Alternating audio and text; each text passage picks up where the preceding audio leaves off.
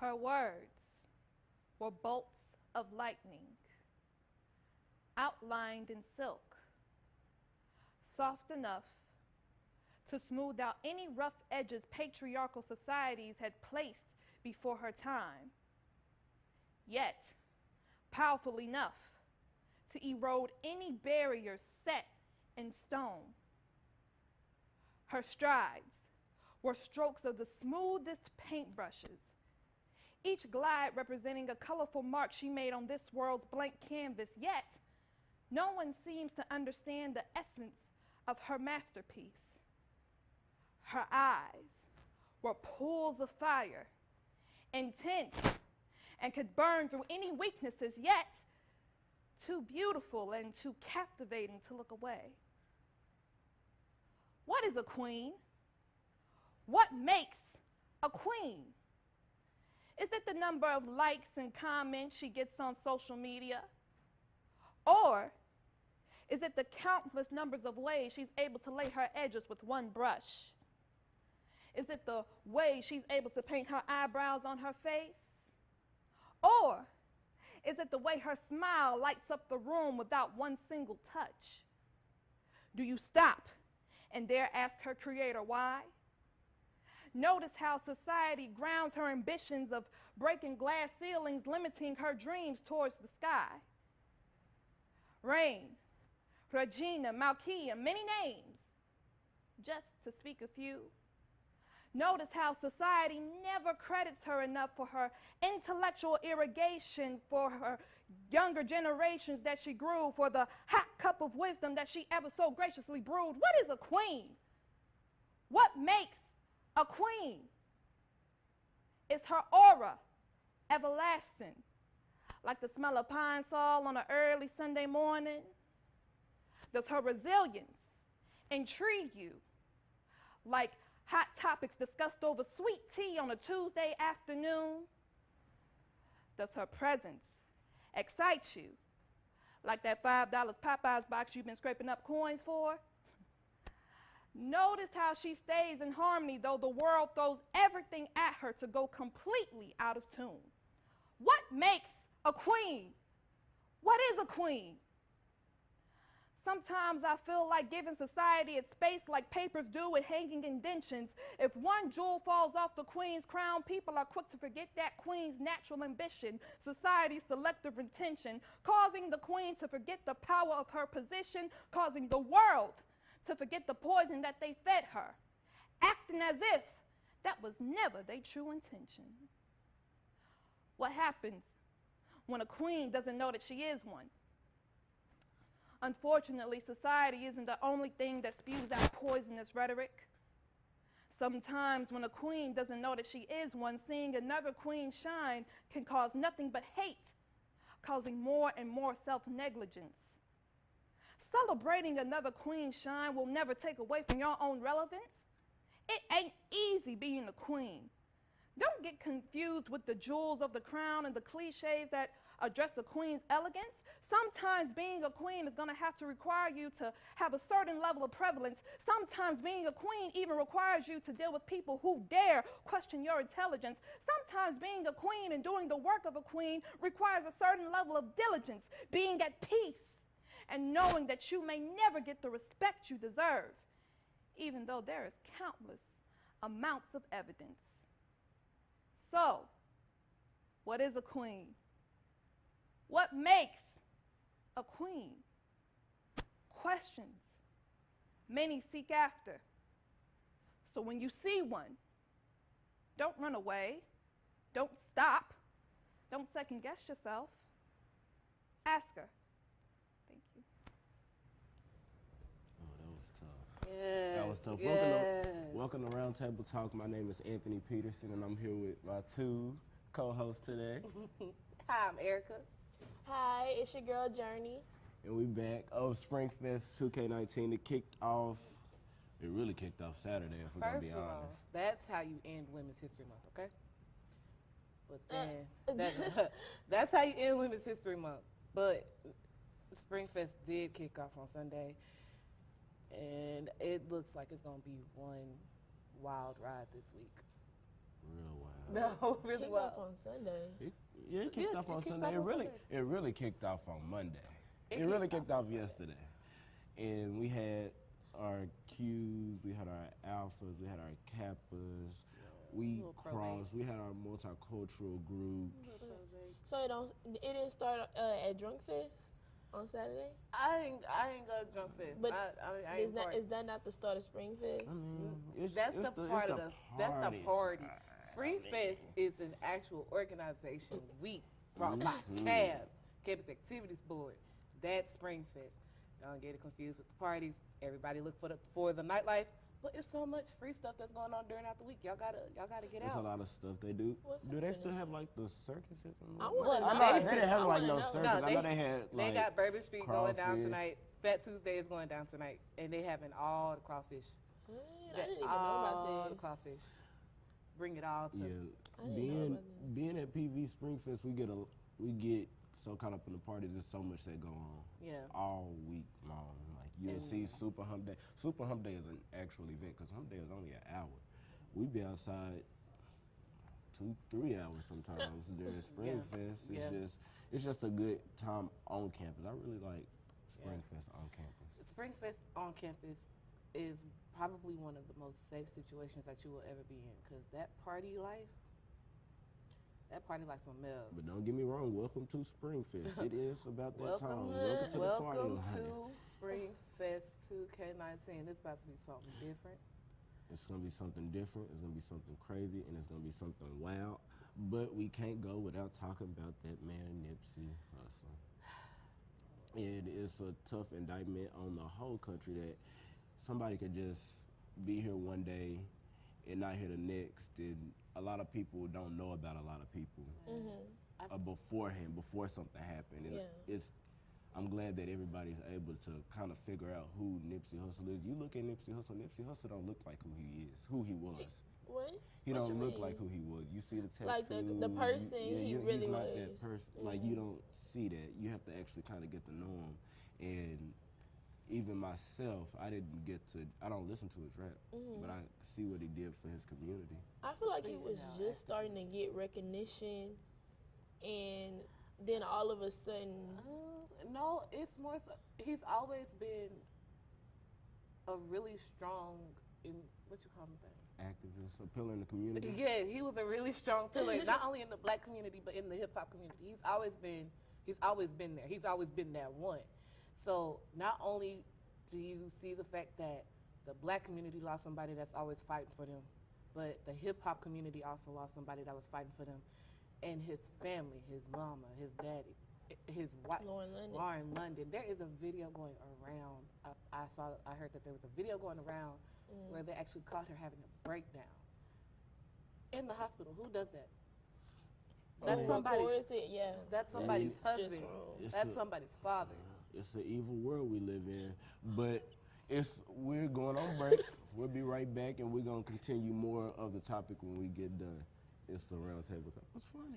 It's the Roundtable Talk.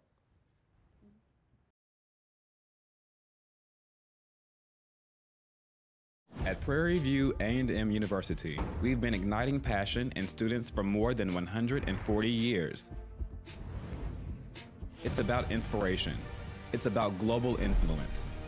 It's about self-expression and individuality. It's about trailblazing a path of excellence. It's about engaging in the greater community. Above all, it's about helping you realize your dreams. Ignite your passion. Experience Prairie View A&M University.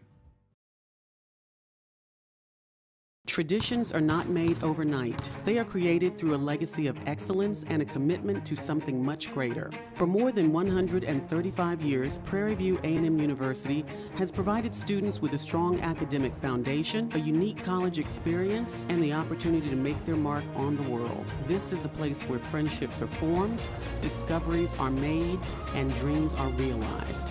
This is Prairie View A&M University. Our tradition, your opportunity. And we're back with the Roundtable Talk, and we're here with a returning guest, my guy Cameron Basie.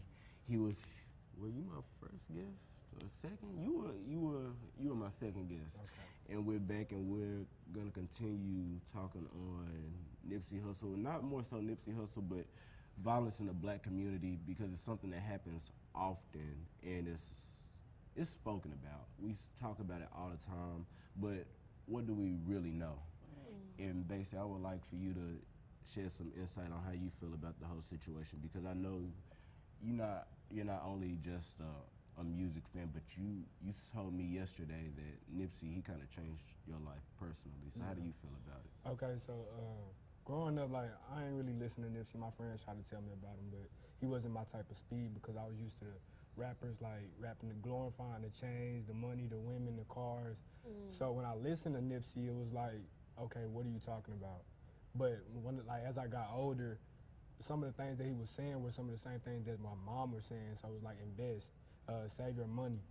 So like when he kept, like as time progressed, like he got into the Dr. Sebi with the alkaline vegan products, and most people say like his death would be because of a conspiracy with that. But it's really because you have a former gang member, in my opinion. You have a former gang member who still lives in a community that has a lot of gang activity going on.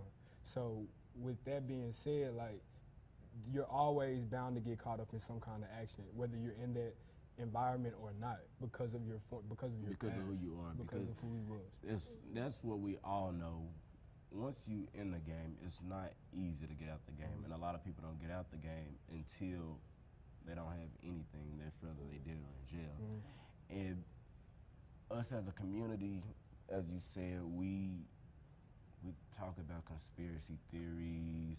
We talk about what could have happened, and we don't really think about what it really is. We take what we know, and what we think we know, and we run for flat just with it. We don't know anything about the situation. Everybody wants to be a criminal investigator.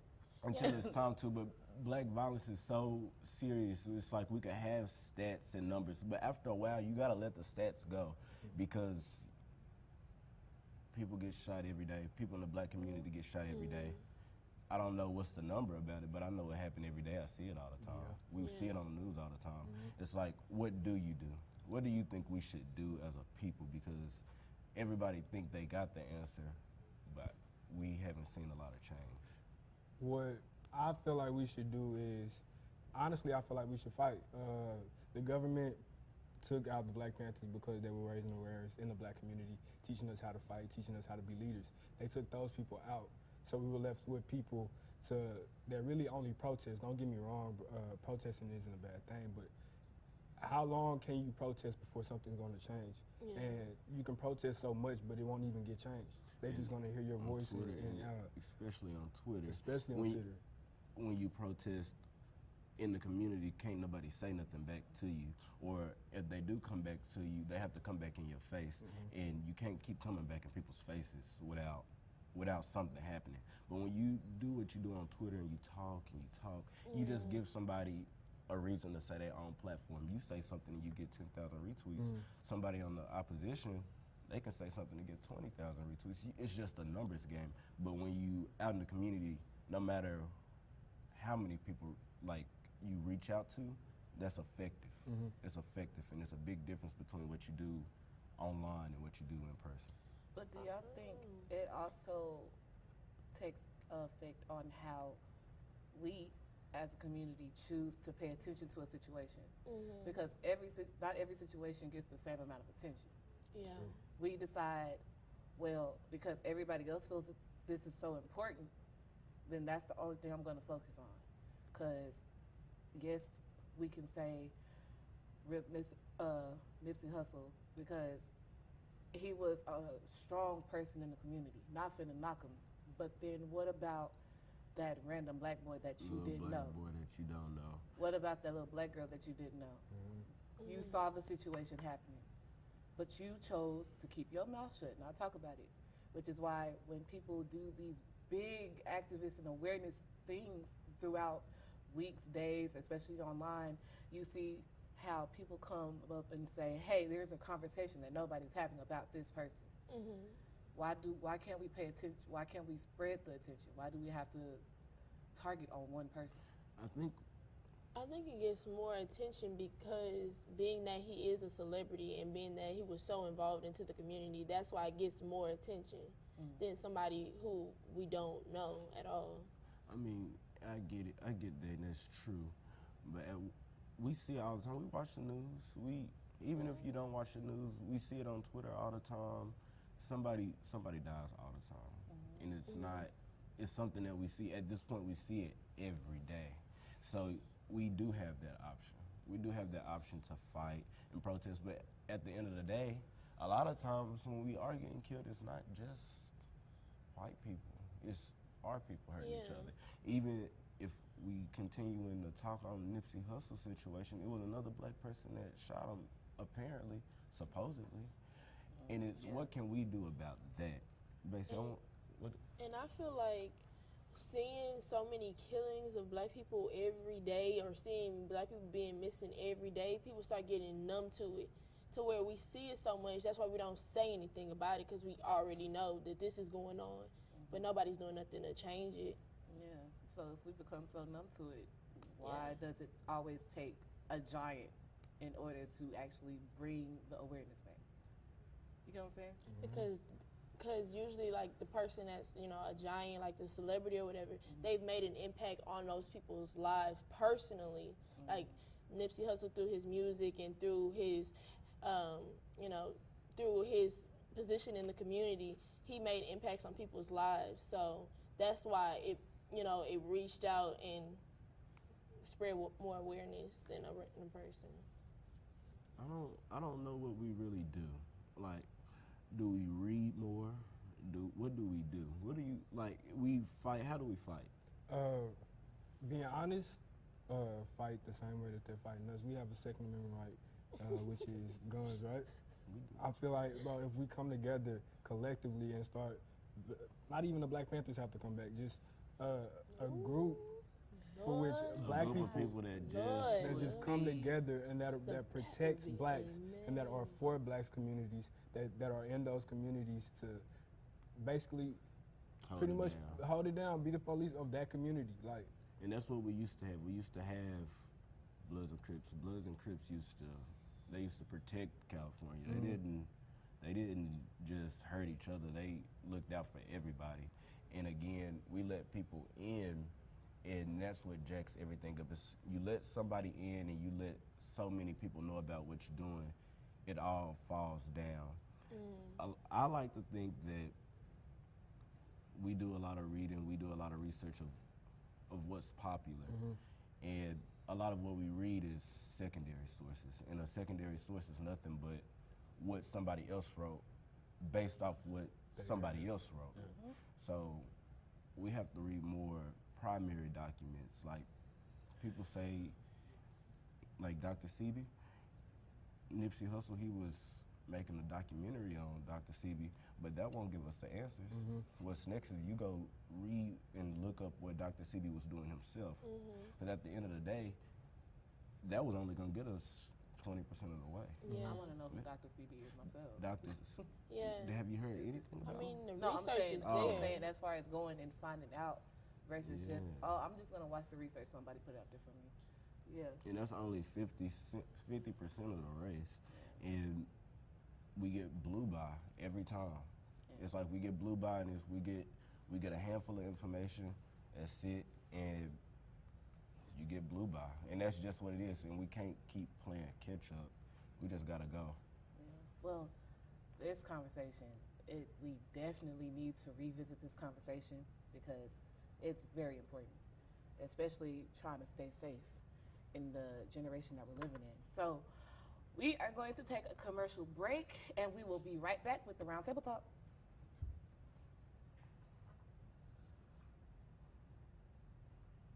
Prairie View A&M University is about the students. Students don't just come here for the education. They come for the faculty, for the creativity, the camaraderie, an excellent standard of living, and the school spirit. They come here to gain something profound and to give something back. Students come for the tradition of excellence. This is Prairie View A&M University. Our tradition, your opportunity.